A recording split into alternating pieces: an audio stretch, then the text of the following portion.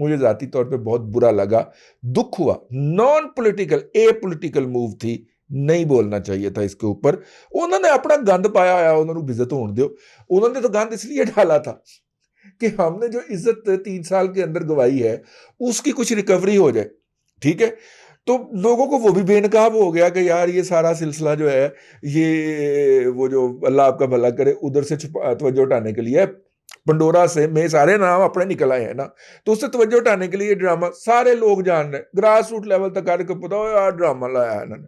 ٹھیک ہے, اب اگر لوگ جو بلیو کر رہے ہیں کہ ڈرامہ لگایا ہوا ہے, تو آپ نے براہ راست حملہ کیوں کرنا تھا بنی گالا کے اوپر کہ وہ جناب لوٹے گھمانے کا اور جادو کرنے کا؟ بھئی ہوتا تو ایسا ہی ہے. ٹھیک ہے, اور یہ کوئی مطلب کہ اس طرح کی جو باتیں ہوتی ہیں یہ کوئی علوم نہیں ہوتے, اسلامی علوم نہیں ہوتے. ٹھیک ہے, یہ کالا علم ہوتا ہے جس کے اندر یہ لال پیلی اور نیلی وہ پٹیاں درختوں کے ساتھ باندھنا اور سریاں جو ہیں وہ پھینکنا, یہ ٹونا ہے, یہ کالا جادو ہے. اور کالا جادو کرتے وقت کوئی بھی شخص پاک صاف نہیں ہوتا. ٹھیک ہے, یہ کالے جادو کا بنیادی اصول ہے. ہاں تو ہونے دے یار, کالا جادو تو برحق ہے. میرے آقا صلی اللہ علیہ وسلم, میرے ماں باپ ان پر قربان, ان پہ بھی ہوا تھا. اور اللہ تبارک و تعالیٰ نے پھر قرآن کی جو آج کل آخری 2 سورتیں ہیں وہ نازل فرمائی تھیں, اور وہ پڑھ کے تو مطلب کہ وہ بال کسی نے باندھ کے چھپا, اور پھر رہنمائی کی گئی کہ فلاں جگہ پہ ایک بال ہے, اس کے اوپر گرہ باندھ دی گئی ہے, اور اس گرہ کو یہ پڑھتے جائیں اور کھولتے جائیں, اور وہ کھل گئی تھی گرہیں. تو جادو تو برحق ہے, جادو تو ہوتا ہے, لیکن اس کے اوپر لعنت فرمائی گئی ہے, یہ جادو کرنے والوں کے اوپر اور جادوگرنیوں کے اوپر بھی. ٹھیک ہے, تو اس لیے میرا خیال یہ ہے کہ مریم کو جادوگرنی کے اوپر تنقید کر کے اپنے آپ کو بلو پہ نہیں لانا چاہیے تھا. میری ذاتی رائے ہے, آپ اس کے ساتھ اختلاف بھی کر سکتے ہیں. دوسرا, آج ان کا یہ جو پریسر تھا, جو ٹاک تھی, اگر اس میں سے یہ چیز نکال دیا جائے تو آج مریم نواز بہت زیادہ اگریسو بولی ہیں, تیکھا بولی ہیں. ٹھیک ہے, چڑھ کے بولی ہیں. جس جگہ پہ سوال کوئی کریٹیکل یا غلط آیا ہے انہوں نے اس کو سوال کے پروسیس کے درمیان ہی ڈینائی کر دیا. حالانکہ آپ اگر وہ پہلے فقرے میں ایک غلطی کر گیا تو دوسرے فقرے میں دوسری غلطی بھی کرے گا, تیسرے فقرے میں تیسری غلطی بھی کرے گا. سوال مکمل ہونے دیں, آپ اس کی تینوں غلطیاں اٹھائیں اور سکون سے نکل جائیں. میں ذاتی طور پہ یہ سمجھتا ہوں کہ جو مطلب کہ صبر والے سینئر سیزنڈ لیڈر ہوتے ہیں انہیں پتہ ہوتا ہے کہ یہ غلط سوال کر رہا ہے, لیکن اس کو کرنے دیتے ہیں. پریس کانفرنس کا ٹائم ایک تو کنزیوم ہو گیا, اور دوسرا وہ غلطی لے کے تو پھر پورے میڈیا کی چترول کر دی. تو لیکن نہیں, انہوں نے موقع ہی نہیں دیا, جلدی میں لگ رہی تھیں. کیا وجہ ہو سکتی ہے اتنی اگریسو؟ آج وہ ان کی باڈی کے اندر بھی باڈی لینگویج بھی کوئی پازیٹیو نہیں تھی, غصے والی لینگویج تھی. کیا ہو سکتا ہے؟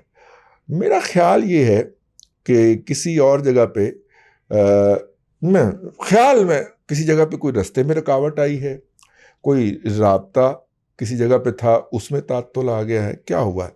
یہ وہ تمام چیزیں ہیں جو ڈھونڈوں گا.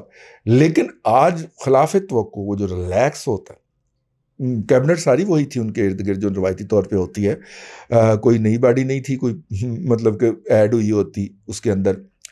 کیا وجہ ہے کہ وہ آج ٹینس تھیں؟ انہوں نے سوالوں کے جوابات بھی بڑے بٹر قسم کے دیے ہیں, تنقید بھی بڑی کھل کے کی ہے, بھلے وہ بنی گالا اسٹیبلشمنٹ ہو یا وہ پنڈی اسٹیبلشمنٹ ہو, ان کے اوپر وہ کھل کے آئیں.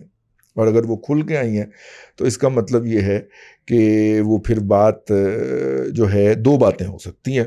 ایک تو یہ ہے کہ جو ان کے روابط ہیں ان کے اندر کوئی وقفہ آ گیا ہے, یا جو نجم سیٹھی صاحب نے فرمایا تھا کہ جناب نواز شریف جو ہیں وہ ایسی گارنٹیز مانگ رہے ہیں کہ جو پہلے نہیں دی گئیں. پہلے بھی تو 2-3 دفعہ انہوں نے ان کے ساتھ نیگوشیٹ کر کے جو ہے وہ جھوٹ بولا ہی ہے نا, اور بھاگا ہی ہے نا, بیک آؤٹ ہی کیا ہے نا. پاکستان کے اسٹیبلشمنٹ کے اندر بھی بہت سارے 2-3 دفعہ ان کے ساتھ رابطے, وہ وہاں کے تو ہمارے پاس گواہی بھی موجود ہے, وہ پنڈی کی اڈیالہ جیل کی تو گواہی بھی موجود ہے, وہاں پہ بندہ قید ہے اپنا بندہ یار. ہاں, اس نے بتایا ہمیں کہ جناب وہ اس طرح کر کے تو پارٹیاں جو تھیں وہ رات کو ملتی تھیں, اور ایک پارٹی انہوں بھی مل گئی. ٹھیک ہے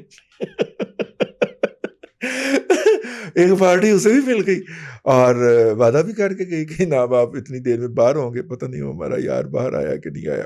لیکن خیر وہ ایسی صورت کے اندر جو ہے یہ بھی ہو سکتا ہے کہ وہ کہہ رہے ہوں کہ جی پہلے بھی آپ نے 3 دفعہ ہمارے ساتھ ہینڈ کیا ہے تو اب تو ہم اس طرح کی کوئی آپ کی بات ماننے کو تیار نہیں. کچھ بھی باتیں ہو سکتی ہیں. میں سوچتا ہوں آپ بھی سوچیں کہ آج اتنا سخت زبان کیوں تھی.